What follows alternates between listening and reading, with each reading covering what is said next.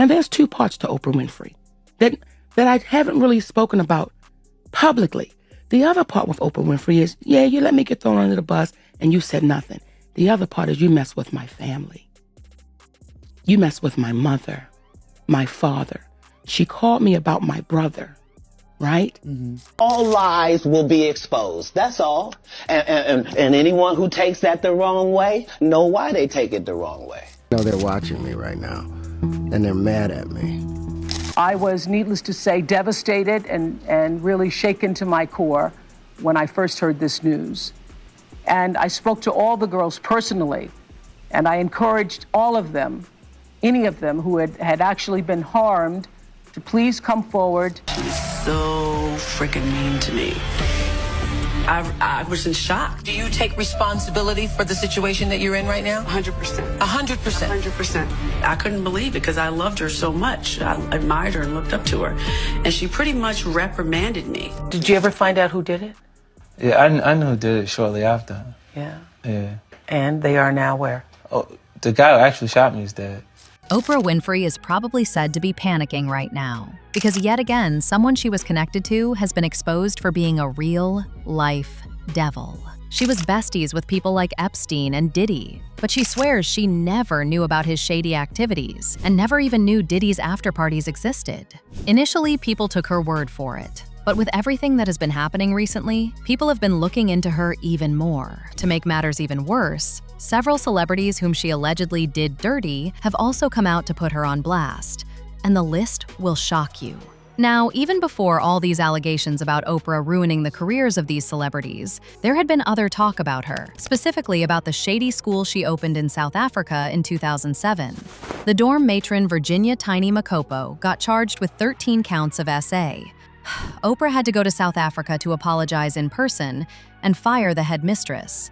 But people still believe to this day that she did it for PR. Oprah Winfrey has had a lot of controversy around her African school for girls, with huge conspiracy theories starting that these girls were going missing from Oprah's school. All of these theories started shortly after Oprah opened her school in 2007, and the matron of that school was charged with SA of 7 different girls. Oprah ended up offering a public apology to the parents and the children and citing her own SA incidents in this apology. But the matron would then be found not guilty of these crimes. But then it shocked the nation because shortly after this, Oprah's school was hit with another SA allegation. 7 students were suspended for harassing and fondling classmates. And a lot of people thought that this stemmed from the very first incident because why would these children be acting like this? And the rumors started swirling after this point because they just didn't understand how these things could happen so close to one another.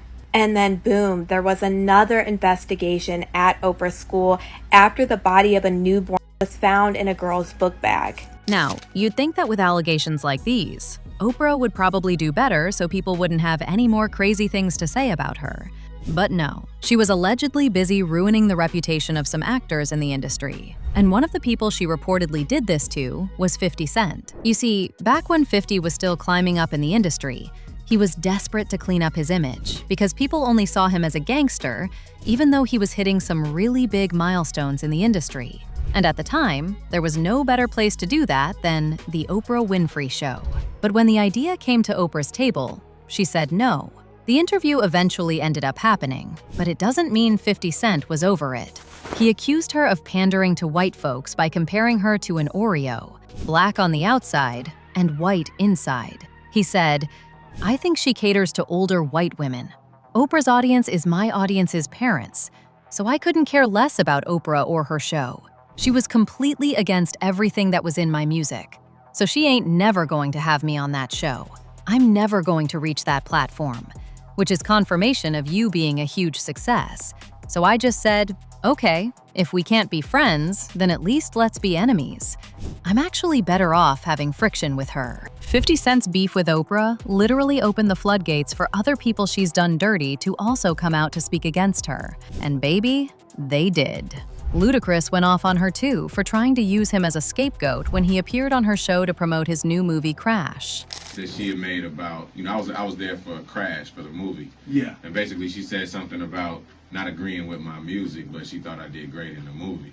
And of course, I was up there with the whole cast of Crash, and so I didn't necessarily felt like that needed to be said. You know, you didn't agree with my music, and even if you don't agree with certain songs I made, say you don't agree with certain songs. Don't say you just don't agree with all of my music. Right. She was able to say what she said, and then I had my rebuttal. And when I saw the final show, her comments were in there. Right, was in there, but yours wasn't in there. And mine weren't in there, so it just looked like I kind of took it. Wow. Like was just quiet and didn't Are say you a nothing. yes man? I did. Monique also stepped into the chat, and she had a whole lot to say about Oprah too. Their beef goes all the way back to the movie Precious, which was produced by both Oprah and Tyler and starred Monique. So according to Monique, she was only paid $50,000 for the movie and didn't sign any contracts that said she would have to do press runs. However, once the movie was released, Tyler and Oprah wanted her to go around the world to do press. And the worst part?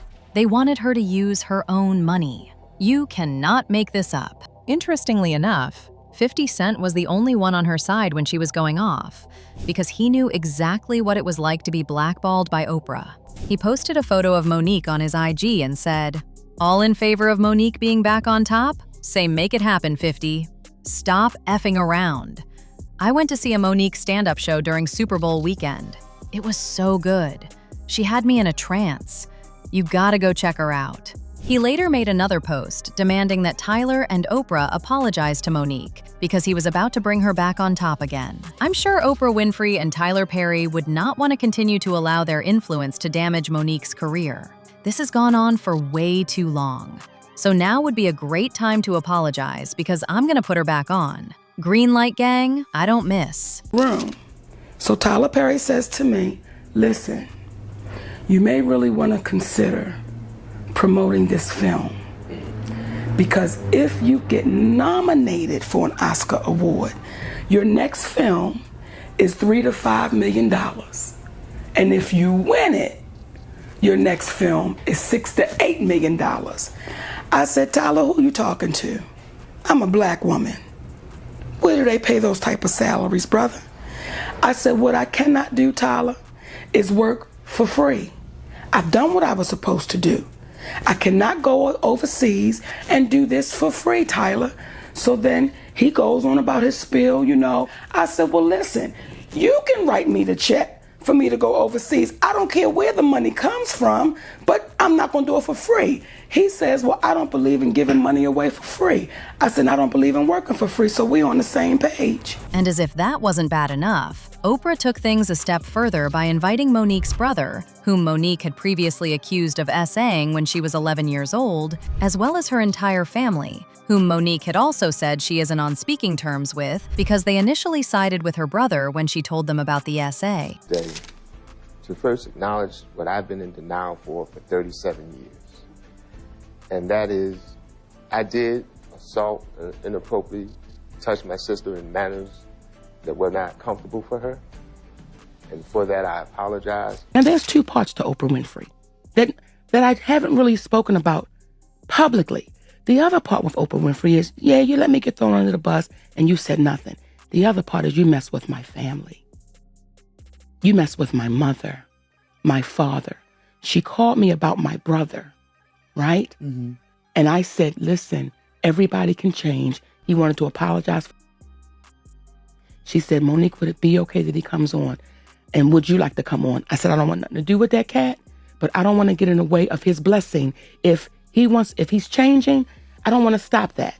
She never said my mother. She never said my father. Now, I know who my parents were because they're both gone. I know who they are. I know my mother's greed. I know my father's greed. And you did not say that you were going to have my parents, because had you said you had my mother. Now, we had a conversation and I said to her, me and my mother are not in a good place. Now, she said some things to me about her mother and father, which I'll never repeat. And then there was Dave Chappelle, whom Oprah also tried to set up. It all happened after Dave appeared on Oprah's show after rejecting a $50 million deal with Comedy Central. Things got so bad between Dave and Central that he ran off to South Africa to lay low. But when he was narrating the story to Oprah, She kept interrupting him and forcing him to admit to false allegations about himself. Increasingly paranoid. Would you say you were paranoid? Sure. First of all, what is a black man without his paranoia intact? You might win $100 in a poker game and be on the subway. You're gonna look over your shoulder. They just said in everything I had $50 million. That's like making me a marked man. So did you go to a psychiatric hospital? In South Africa? Yeah. Who? I'm insane. They were trying to get me to take psychotic medication. Yeah. I said, I'm not taking this medicine, man, because I know these people be trying to control you or maybe discredit you. I was afraid, like, you know. But you were stressed out. That's why. There's no question. But it's very stressful for someone to constantly walk behind you and say, you're insane. Oh, honey, it doesn't stop there. Taraji also had her own experience with Oprah. And this was almost the same thing as what happened with Monique. It went down in 2023, when Taraji exposed someone for underpaying her. This was around the time she was promoting The Color Purple. Taraji later appeared in another interview with Oprah's BFF, Gayle King, and revealed that she was planning on quitting acting altogether. But while Taraji was having a mental breakdown on the show, Gayle was trying to gaslight her and making a joke of her pain. And I heard on the street, Taraji, you had the audacity to say you're thinking about stopping acting. We said, stop talking. Are you thinking about it? I'm just tired of working so hard, being gracious at what I do, getting paid a fraction of the cost. I'm tired of hearing my sisters say the same thing over and over. Now, the thing Taraji didn't know at the time was that she never really stood a chance against Oprah. She would have known that if she had just asked Monique. And that's not all, y'all. There have also been talks about how Oprah also sabotaged Terrence Howard after Terrence allegedly turned her down. Yeah, you heard that. So y'all remember the 2013 movie The Butler, in which Oprah and Terrence played love interests?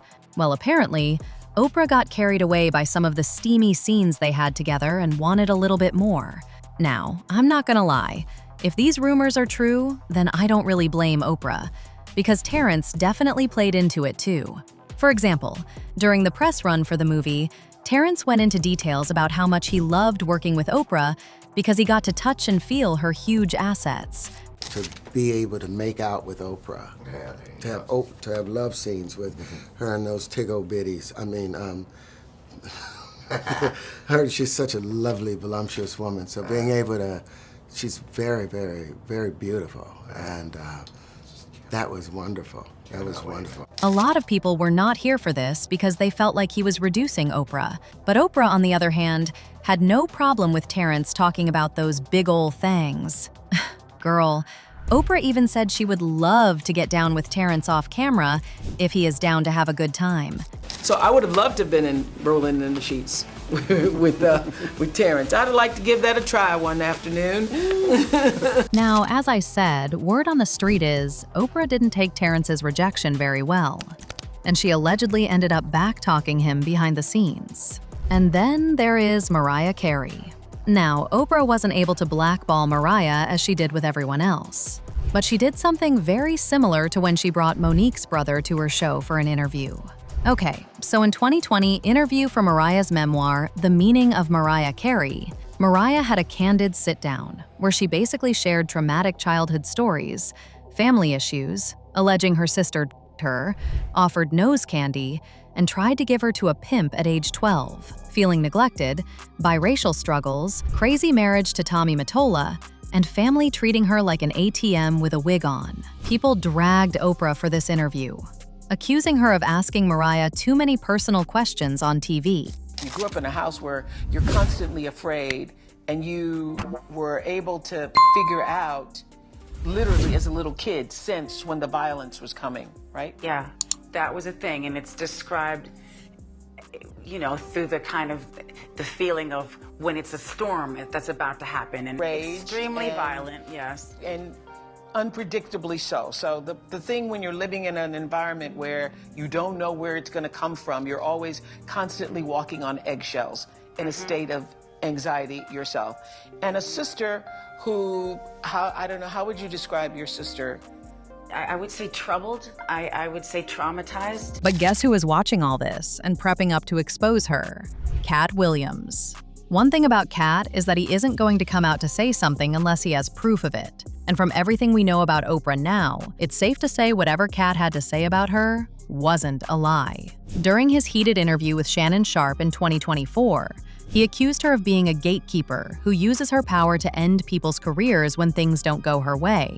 He said Oprah, along with Tyler Perry and Steve Harvey, used their power to pull shady industry moves to silence people. When our people call out for help, we gotta understand. You know what I mean? Like we put too much pressure on Tyler Perry. You know what I mean? He ain't put nobody on. The people that been in his productions, they not famous. All of them can walk through the mall without security. Be what you gonna be, but put your people on.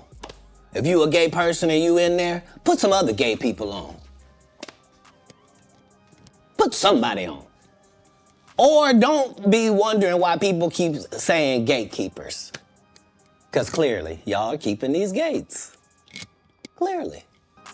Whew, I don't know how long Oprah has till she gets fully exposed and thrown out of the industry, but it looks like people are tired of her sainthood. As usual, people had their thoughts, like this person who said, "Oprah always gave me strange vibes. She just gives off fake vibes." Another person said, "Oprah needs to be held accountable for whatever she was involved in." But now I want to know your thoughts. What do you think about Oprah getting exposed by all these people? And do you really believe Katt Williams' claims that Oprah is a gatekeeper? Let me know your thoughts in the comment section below, and don't forget to click here to watch this other very messy video.